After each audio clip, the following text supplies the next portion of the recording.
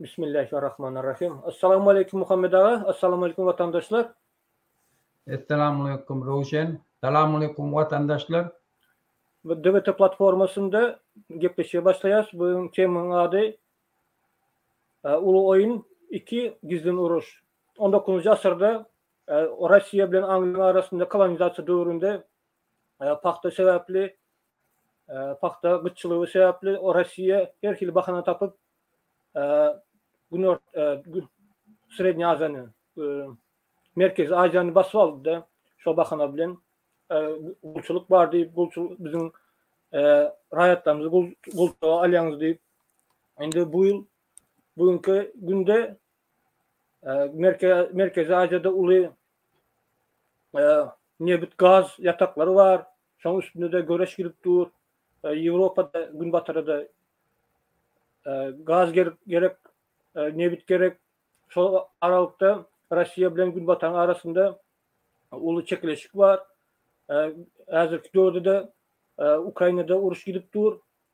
Muhammed ağa, indi gün batar bilen Rusya arasındaki çekileşikte halkımızın Rusya'nın goldayanların var, gün batar goldayan var. Hakikat haysi tarafta? Gözde Ravşen, şu an biz bir daha da doğru düşünmeli. Olum şundan ibaret dünyanın yağdayı, dünyanın önkü kurumu, yani onun strukturası, dünyanın hazır öfüş derecesinin problemalarını çözmeye okuyuplu değil. Onun belli bir sebepleri var. Sebepleri nemeden var? Gözde, İkinci Cihan Uruşundan sonra inni dünyanın yüzünde uruş bolmor yani, uruşun önüne alır yani, uruşu sebep bolyan zatlar ayırmak için Adam Hukuklar Deklarasyası kabul edildi. Adam Hukuklar Deklarasyası düyüp manası ne mi? Düyüp manası şu ki adamla azat eneden oluyor, adam yaşamalı. Şolok işlevlerini şolor dolandırıyan devletle kanaatlandırmalı. Bar problemani parakatçılıklı çözmeli. Parakatçılıklı çözmek için yol açmalı. Yani neyle yol açmalı? Yani halkın ayıtmağa, protest etmene, yürüyüş etmene, hükümetleri çalışmağa hak hukuku olmalı. Şolum or olmalı. Hiçbir adam kemsedilmeli.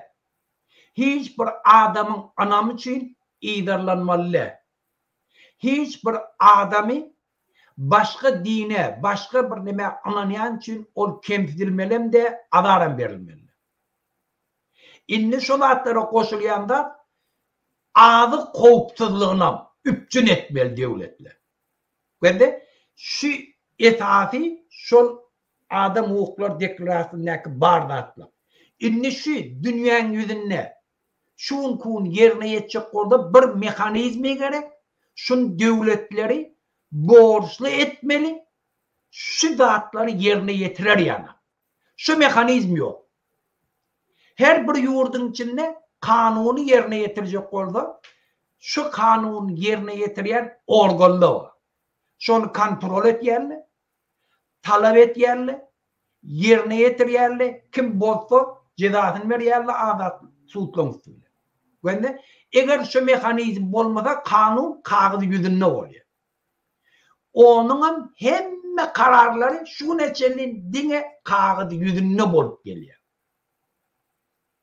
Bunun sebebi ne mi? Sebebi onun içindeki 194 tane devletten 3'ten 2'si diktatör devletler. Inni bir tofor küçü, bir tofor ulu, bir toforun hatta veto hakkı var onun içinde. Yani bütün devletler bir kanunu, bir karar kabul etse, bir devlet geliyor da yok ben İslam akşamlayıp asker ben hemmesini şu kanunu kabul ettiremem. Ondan diktatör devletle de bölünýärler. Meselen şu başla Emiratın nemesi şihi öldü.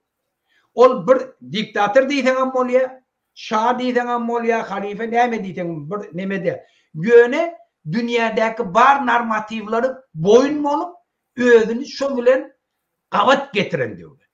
Şol üçin halkam razy. Kän döwletli we diktatör bolsa da dünýädäki bar normativlara hormat goýýar. Gelinen kararları yerine getiriyor. Özlerini borçlu diyorlar. Göne SSR yıkılandan sonra Putin hükümete gelenden sonra Putin ne siyasetçi ne onun milli duygu var adam. Ol prosto KGB'şnik. KGB'şnik razvedçik. KGB'şnik razvedçik demek biliyor musun? Ol dine verilen zadaniyeleri yerine getirip gelen adam. Onu emosiye diyen yok adam. On okumuş ol, bilmiş ol. On bir tofor mafya kömeği bilen hükümete geldi. Yuvurdu, oğurladı, tağladı. İnni şu mafya metotlu bilen dünyanı dolandıracak oluyor. Özüne değişleyeri. Şol üçin bana dattı men eden ettiğimi etcek sizin işiniz bolmasın. Şol üçin dünyadaki yağı devletlerden kanuna boyun bolmayan devletlere gollaya. İran yana, Severni Koreya yana, Başar Asad yana, yine şon yana en ağırda öz halkının karşısında cinayet etken devletlere gollaya. Dünyada kim sivilizasyon karşısında bırdat etse Putin gollaya. Kim dünyanın yüzünde kanuna boyun bolmayan orada? Ortaya siyasi strukturası boyunca, onun içindeki strukturası boyunca şolar gollaya, şolun edenettirliklerine yol açıyor. Özüm ortayatın eline en güçlü yardımını yararlama. Şun eğer dünya problemi döretmese de erti döretip bile eğer Putin şotadı olsa.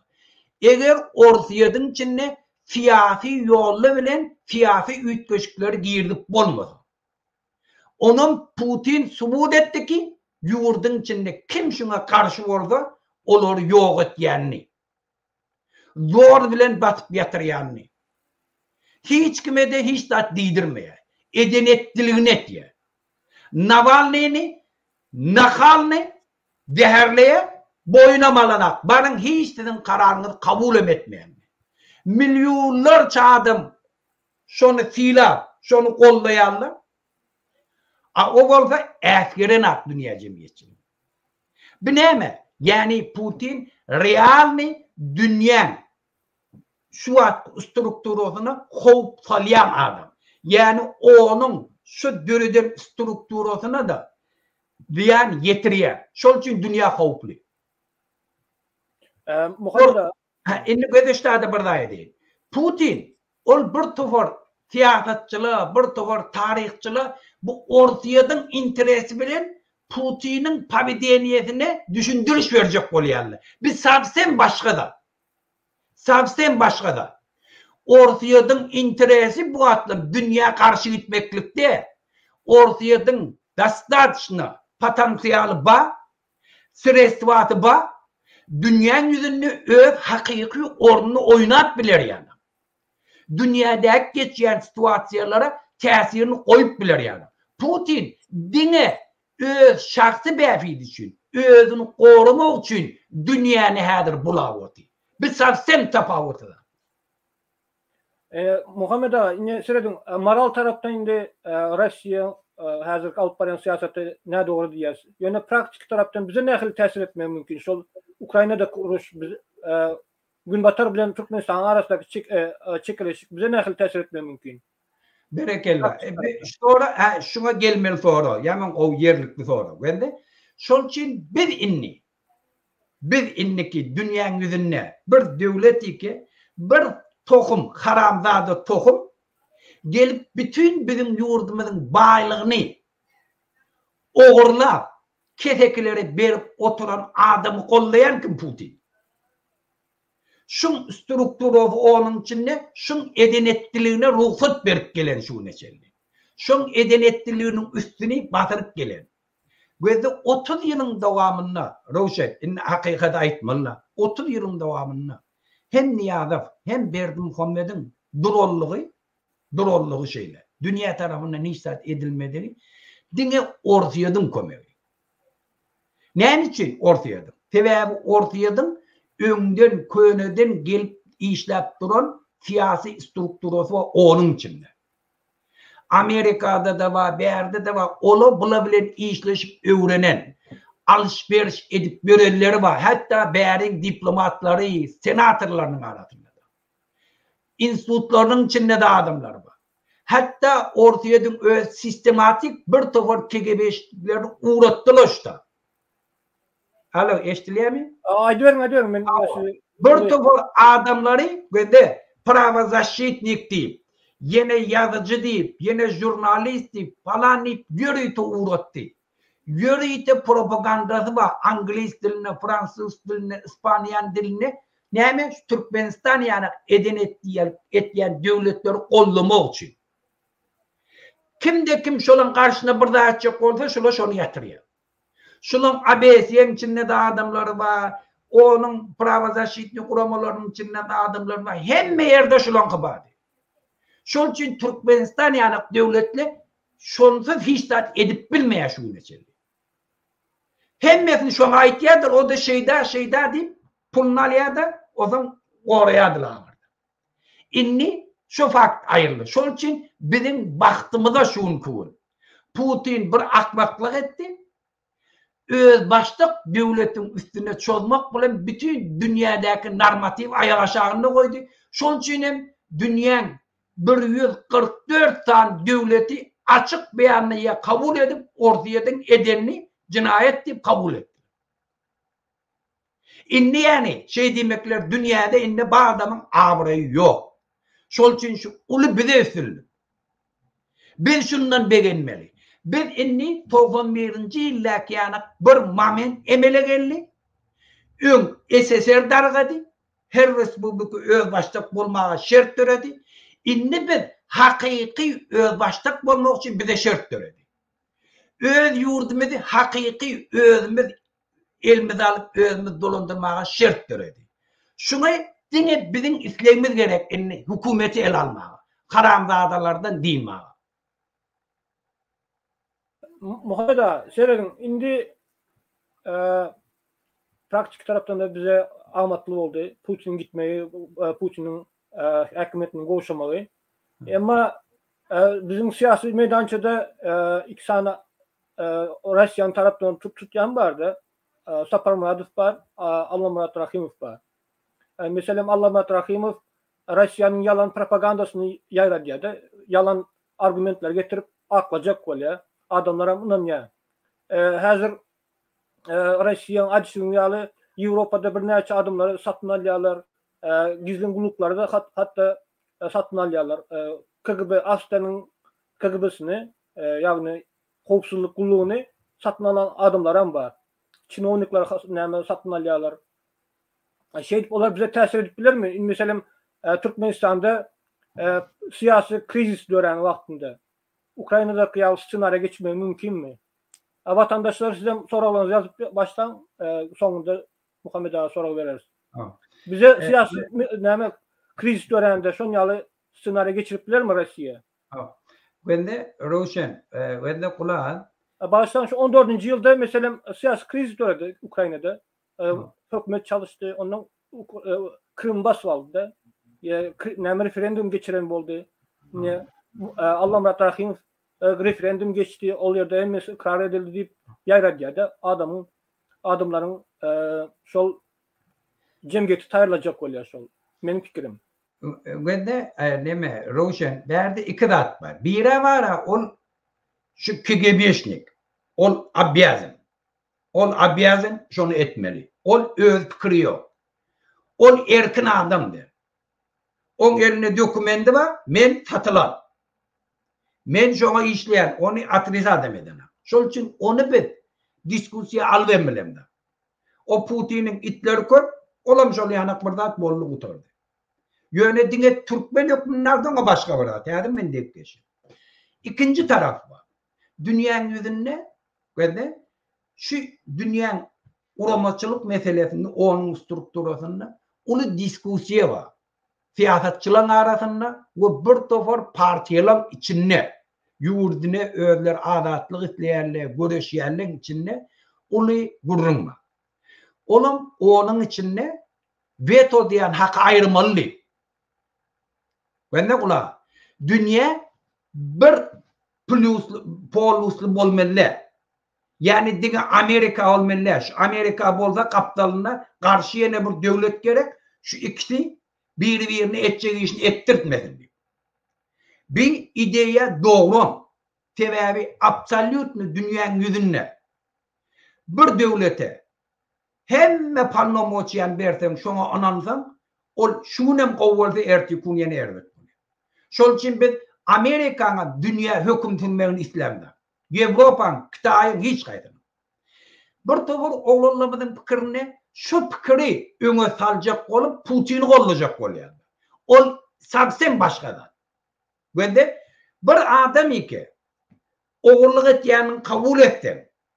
Yani oğurluk ne mi? Devlet derecesine gelip oluyor tav oğurlar ne? Koyun oğurlar ne? Hükümete gelip yurdun baylığını oğurlan adam. Şunu kabul ettim. Bir yurdun içinde giyinden korrupsiyonarlı hükümeti el alanını kabul ettim. Diktatörlüğünü kabul ettim. Ne hilli vicdan bilen gelip sen şu adamın bir yurdu çözmağına abisneye verecek. Ne hilli vicdan bilen. Bir. İkinci tarafı. Sen Türkmen mi olup? Türkmen intelijensiyeti mi olup? Özüne bilen Türkmenistan'ın dolandırıp oturan cinayetkarları eğer orsiyet kollamasa şola hiç kimliğini ne hilli şun kun momentten Türkmenleri azat etme için sen ayrılanacak. Esasi Türkmenlerin bedbahtlığına sebep bolup duran zatı dünya ayrılacak olsa sen şuna karşı gitme. Bir akmaklık, nadarlıktır. Üçüncü şuna da ayıtacaklardı. Biz hiç vakit orsiyet bilen düşmanlı. Biz orsiyet bilen iktisadi befidimiz var. Hemişe araka taşık saklamanı. Biz orsiyedin servoy bazasının esasını yurdun içinde uli tenagat zavod fabriklerini vurup biliyor. Öldürüyen zatımız orsiyede uğradıp biliyor. Öz üstümüzden İran, Afganistan'ın üstüyle zatlar getirip abrabatı ve orsiyedin rinegine çıkabiliyor. Bizde şuna hem mümkünçilik var.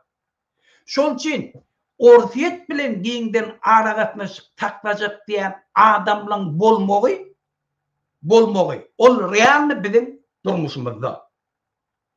Onu bir atrisat etmelem de ona karşı gitmelem de. Demokratiyanın manası şu. Sen hem de fikirleri kabul etmeli. Yöne şun kul. Bizim düşmanımız Berdi Muhammed ve şunu kollayan Putin. Şun kul dünya cemiyetçilik hemmesi bırakırsan Putin'den dinecek bol otika sen gel Putin kollamaklık bu karandalıktır. Ya akmaklardalıktır. Yok, söyledim. Putin'i goldayan değerlerden yönü Kreml'in alıp barayan siyasetini goldayan. Putin ben şunun için ayttım da. Şu Kremlin'in şu siyaseti nemeden gelip çıkıyor? Oğru adamın, korrupsiyoner adamın, diktatör adamın, arası değil adamın aladatı ne mi? Özünü korumaktın. Ortayadın befidi de. Şun siyaseti şundan gelip çıkıyor. Şun için şun siyasetini kollamak nerede? Adamların befidine kavat geleyen yeri var. Nerede? O özünü anlamaklıktır. Şol alıp barayan propagandasını nähili göreş geçirmeli Muhammed ağa? Rusya'nın bir topar yalan argumentler getiriyordu. Ya näme подмена понятия diýdi. Bir uruşy Yugoslawiýa uruşy Ukraina'da uruş bilen deňeşdirecek bolýarlar. Ya bunu yana adamla hemişe etjek bolýar da şol için onu kelleň agyrdyp oturmaly. Biz görüp otyk alek onun içinde bir agızdan bir ağızdan kabul edip oturdu. Başka näme gerek? Bir ağızdan onun içinde gelip neme kabul ettiler. Eğer ortaya gelip bir zadi veto koyacak orada gelip abisine niye vermeli? Onun devamında. Näme için? Te şu neçellin eden ettiğini edip oturdu. Indi şonu yem agresyonu hem besne girdi. Dünya kurumoçuluğu ütpeye. Şol için o gelip bir zat düşündürecek olup ay Libya'da näme oldu falan näme oldu. Ve adamların tarihi şeyle. Bir vakt Amerikalı bir vakte şu neçelli Amerika işi beyleki devletlerin mallarını oğurladılar, pullarını oğurladılar, oğurlak getirip, karalar getirip, kul ettiler, tarihi şey. Göne şun ay 13. May 2022 yıl eyye başkaça fiyatı. Amerika eyye bir adamın karşısına göre ki bizim hem düşman. Bizim hem düşmanımız yok. Biz şunu görmeli. Biz öz milli bäfidimizden gelip çıkan dağdı görmeli.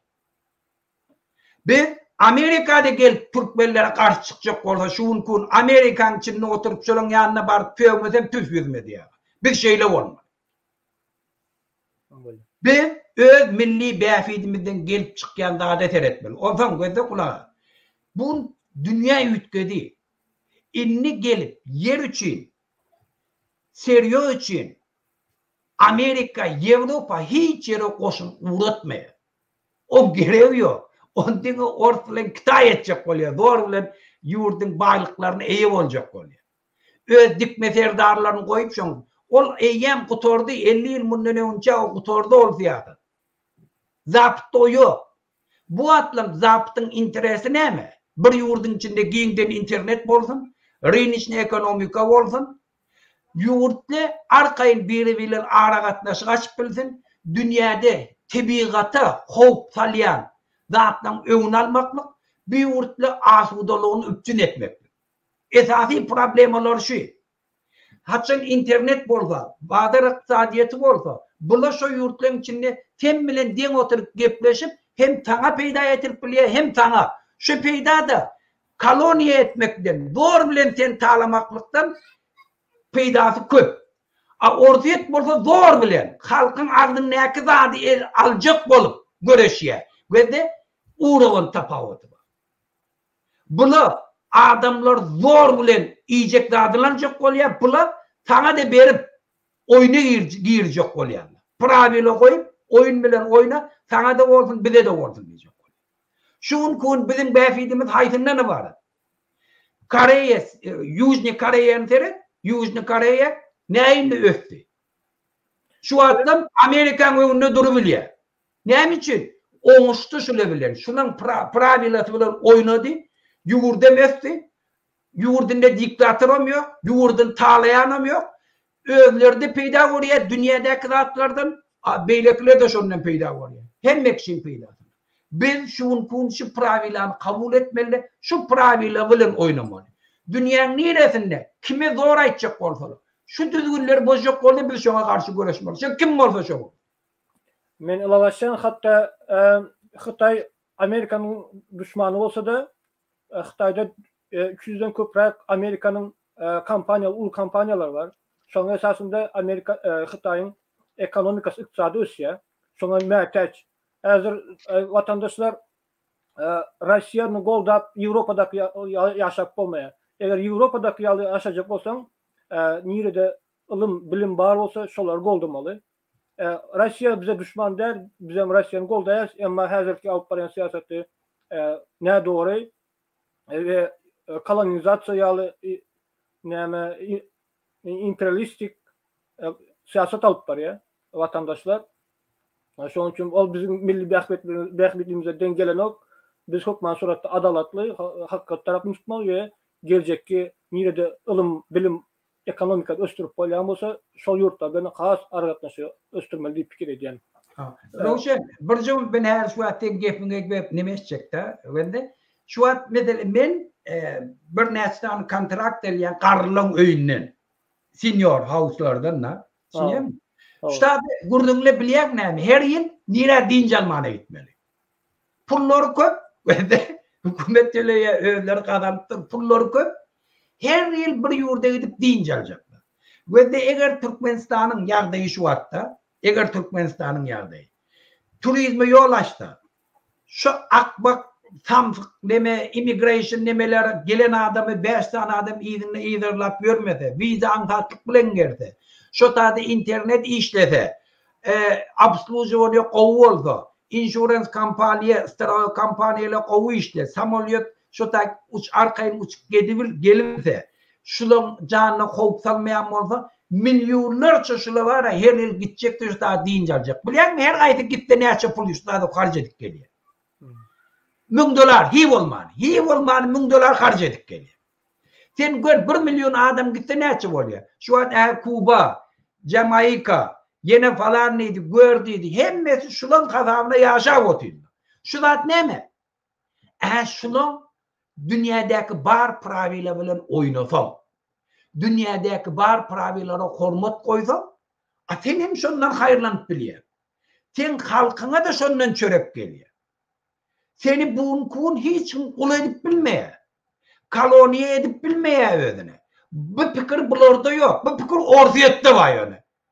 Kadirov yanakları zor bilen Türkmenistan'ı korkacak oluyor.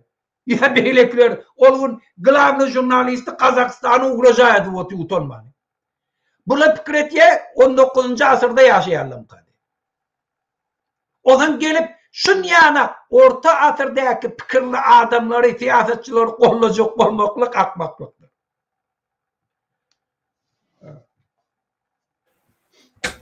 Şimdi esası sorularımızdan vatandaşlarımızın sorularına geçerli.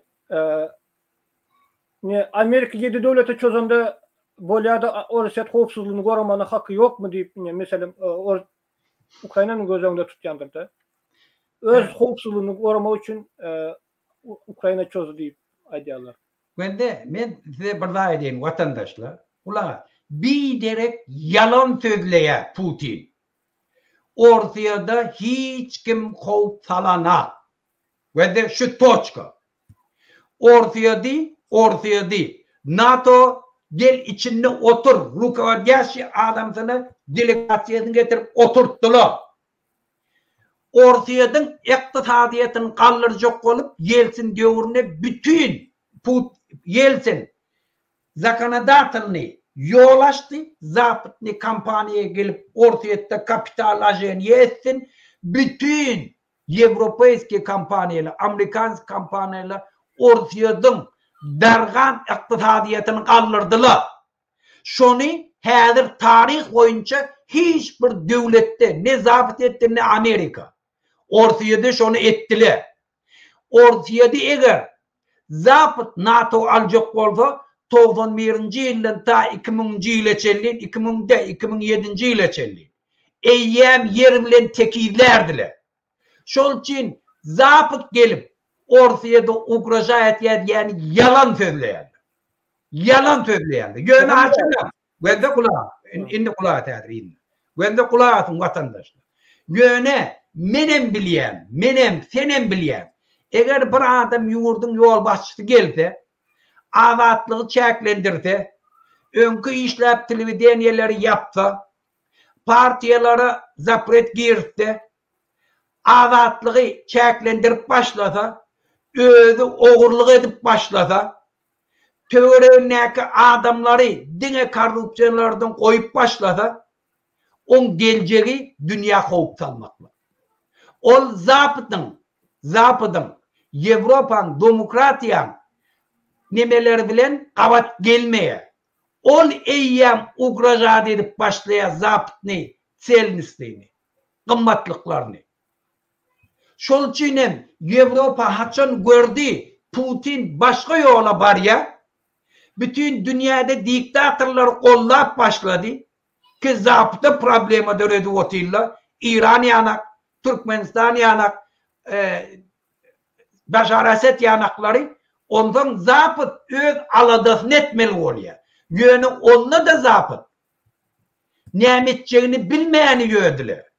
Biz şunu bilen işleşsek belki düzeler deyip fikir ettiler. Şol için Germaniya en yakın partnördü Putin.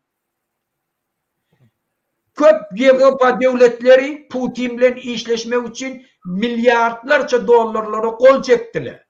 Zaptın kampanyaları ortaya kapitalajen yettiler. Eğer bulan niyeti ugrajat etmek bolsa, olan hiç kayda otada gidip milyar pullarını koymayadılar. Şol için bu Putin'in yalan sözleri, o dini ortaya halkını ağlamak için gelip ait ya bile bize ugrajat etti. Putin'in neme hakkı var gelip Kirime'ni Ukrayna'dan almalı. Neme hakkı var Luhansk'i yine nemeni gelip onları kollamalı, nizam ismisini kabul etmeli. Yalan sözleyen ben Orslar kabul kollayan mı? Eğer Orsları kollayacak olsa Türkmenistan'ın türmelerini, Orslan grajdarlarını açlıktan öldür yani. Türkmenistan'ın Orsları işlemeye kadınçılık girdiler. O Türkmenistan'ı Orsların geplemeye kadınçılık girdiler. Şimdi gelip Putin men Orsları kollayan neyse yalan söyleyen. Yalan söyleyen. Onu men aydema, onu Ors'un hem ekşen biliyor. Putin dine özünü korumak için hem Ors halkını bedbaht etti, hem yalan söylüyor. Düşünükle, 90'lı yıllarda humanitar kömek verildi Rusya yönü yerden verenlerdir. Öz bəxtinin bardığını bolan için verendir Rusya. Nem bəxtinen şol Rusya'nın kömek etti şol vakti. Bugün batarap özünün için bəxtini gözleydi. Ha benim güvende. Bəxit diyen de ne mi? Bəxit hemişe gerek. Bəxit bolmasa adam aragatnaşı yok da. Sen her bir aragatnaşı var, bir bəxiti var. Marallı bəxiti var. İktisadi bəxiti var. Yine bir bəxit var. Bəxit bolmasa aragatnaşı yok. Ulan hadir bəxitin manası tafavut var. Bəxiti ne mi? Afrika'dan kulları getirip Amerikan boş yerlerini işletmek. Kul edip. Son yumurtları alıp içindeki yer aşağındaki bəxitlerini, nimelerini öz yurduna getirmek. Neftini, gazını, yenevrdadını, gördüğünü, kızılını, altını, kumuşunu getirmek. Ay inni yütkedi. İnni zapıtın bəxiti. Şeyle bir ulu finansal kampanyalar var. Bütün yurdun pul nimetçeklerini bilen akla bula. Pulu nimetçeklerini bilen akla. Şu pulları eğer burada etmese ol ziyanı var.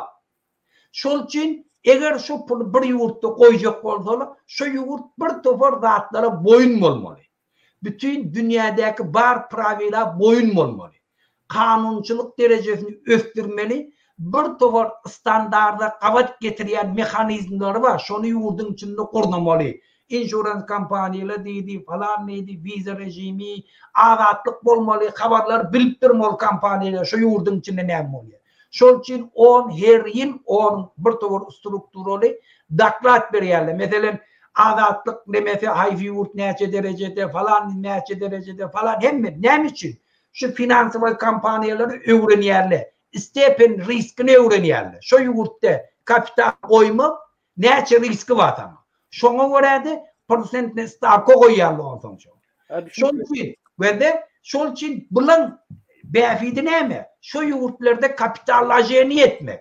Yani zavod fabriklerini östürmek. Zavod fabrik bir yurtta işlede halkta iş oluyor. Aylık alıyor. İktisadiyet ötüyor. Bulan peydası ne mi? Pulunu ya prosentini alıyor.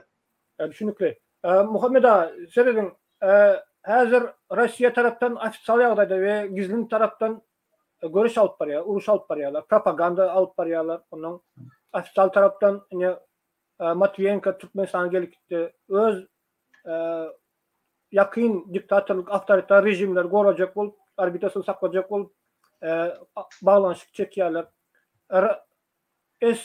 İkinci eser dikeler mi, bolar mı? Bizim halkımızda da şeyle nostaljiya vardı. Eser kovdu, eser dikelse onat olardı. Rusya bilen birleşsek onat olardı. Gov olar mı, bolmaz mı? Mümkünçülük var mı dikilmeni? Men eğer aydayım. Birinciden men düşünen bir tofar bizim vatandaşlarımız SSR nostalgiyeti bağlığına. Her kimem kıstanda tevavi önküde ol biraz durmuş kovdu dedi. Her kimden işleden gitlemedi. Bunu ötte kovdu. Şol için başka kovzady görmedik adam ona nostalgiya tapmak hava bolup biler. Yöne olar yok vatandaşlar. Inni dünyanın hiç yerine önkü yanı SSR bolmuyor. İnni yönü SSR dönecek deyip bir tohor maşenlikle ağlayacak oluyor. Bu başa vurulur. O da bir. İkinci. Yankı Matviyenka'da geleni, eğer geleni görsen hiç bırakıp Ukrayna meselesini aytmadılar. O her yılım geliyor. Her tizden gelip durdu. Yok.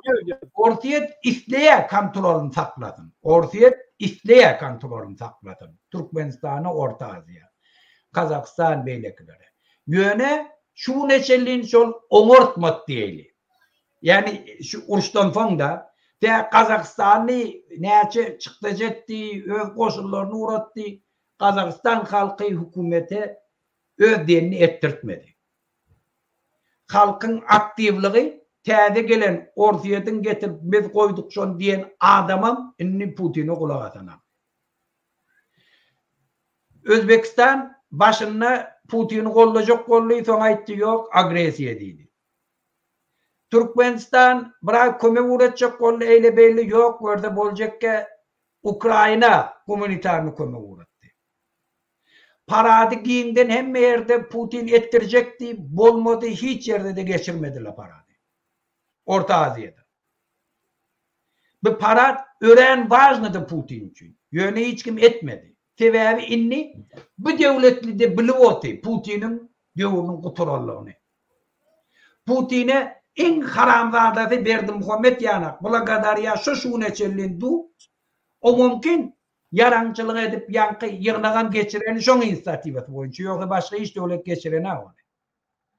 Şu sebepten ol demetçek kolya, balans edecek kolya, hem bulara yarancak kolya hem Putin'e. Yönü o devur kutordu.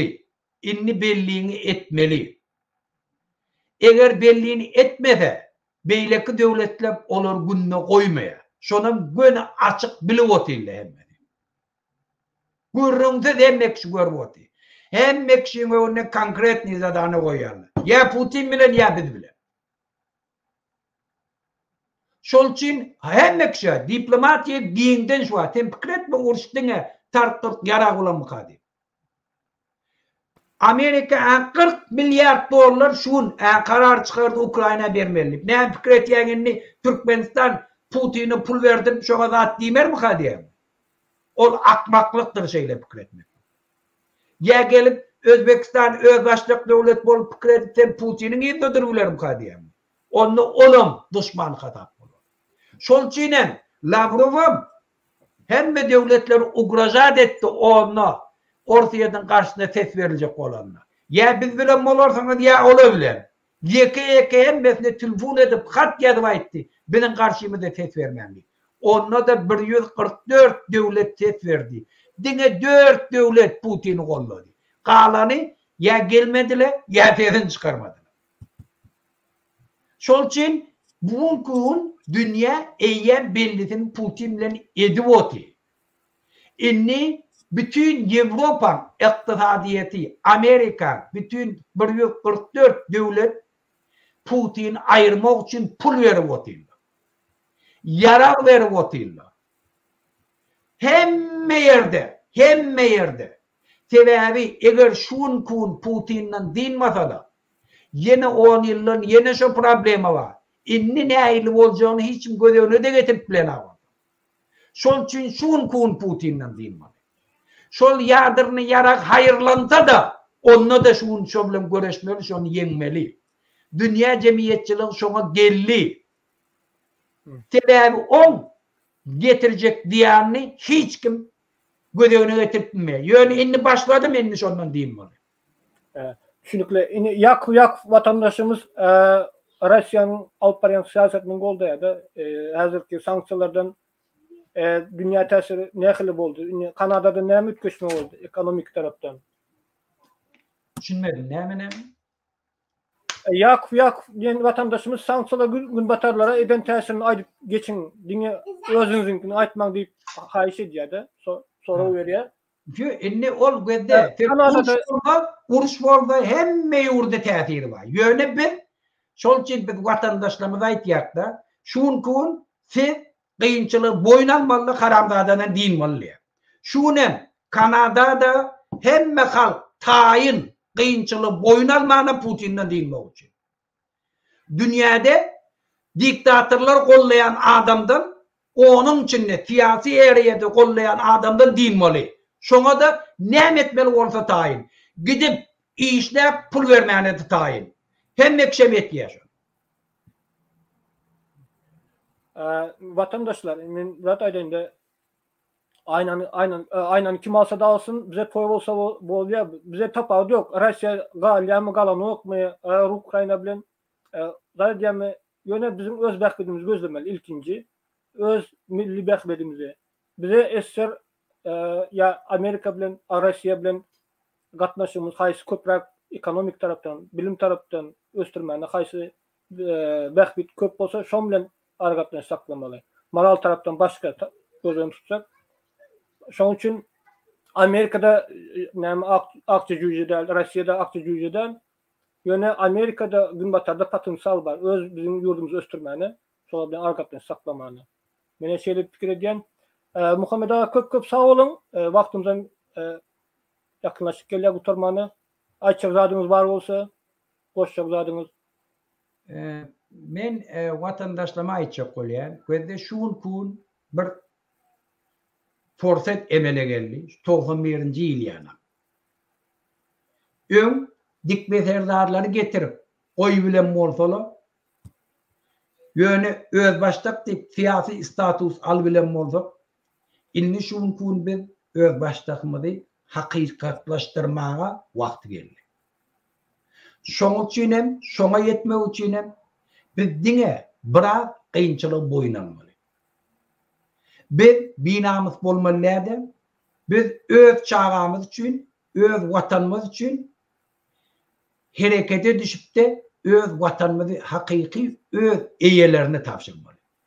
Şu haramzadalardan dinmaly. Şoňa da hemme şert bar. Diňe bir zat ýetene halk herekete düşmeli. Herekete diýmek eline ýara almak gerekke. Sesini çıkarmalı vatandaşlar. Aýtmaly. Köçe çıkmalı. Ovalarda oturun yerinde, toyda, tomoşada gurrun etmeli. Şu gurrundan hemmesinin neticesi soň uly herekete, halk hereketine getirir. Şol üçin vatandaşlar şunkun bizim borcumuz öz ýurdumyzy özümüz eýe çıkmakdan. Inni kösenmäli. Hakyky öz başlaklığımızı inni biz abyagy edip bilýär. Muhammed ağa, Yakup kızıklı soruları veriyor. Türkmenistan NATO koşacaklar barışa aydip geçmeyin deyip. NATO koşulmak meselesi ne hili seyrediyorsunuz Türkmenistan'a koşulmak? Ben de NATO koşulmak falan etmek. Eğer gerek bolsa var da hemme adam eder Türkmenistan'ın eğer howpsuzlygyna bir neme avanta. Howp avanta. Ol biz hemişe öz siýasatymyzy öz ýurdumyzyň milli bäfidinden gelip çykýan zady eder. Eger gelip ortaya bizim dawany gelip bizim ýurdumyzyň azatlygyna öz başlaklaryna howp avanta. Hawa näme üçin etmäli? Biz akmak dära. Näme biz öwünde ýok elimiz gallyryp çykaýlmagy. Oýnarlar elmegi. Yok 19. asırda ýöne güýçlü göreşdiler Türkmenler. Göktepe bir soragla biderek sorag, yerlikli sorag da. NATO girmeli olsam, NATO'da beýleki guramaçylyklary diýerler. Türk döwletleriniň baýanyny zadyna dörekmeli bolsa döredir.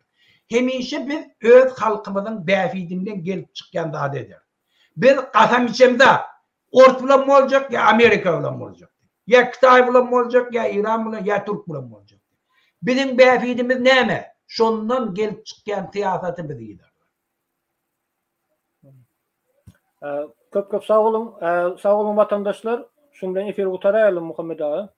Beren sorularınız için sağ olun vatandaşlar. Efirleri paylaşın, soru verin, fikirlerinizden paylaşın. Böyle sağ olun Muhammed ağa. Sağ olun vatandaşlar.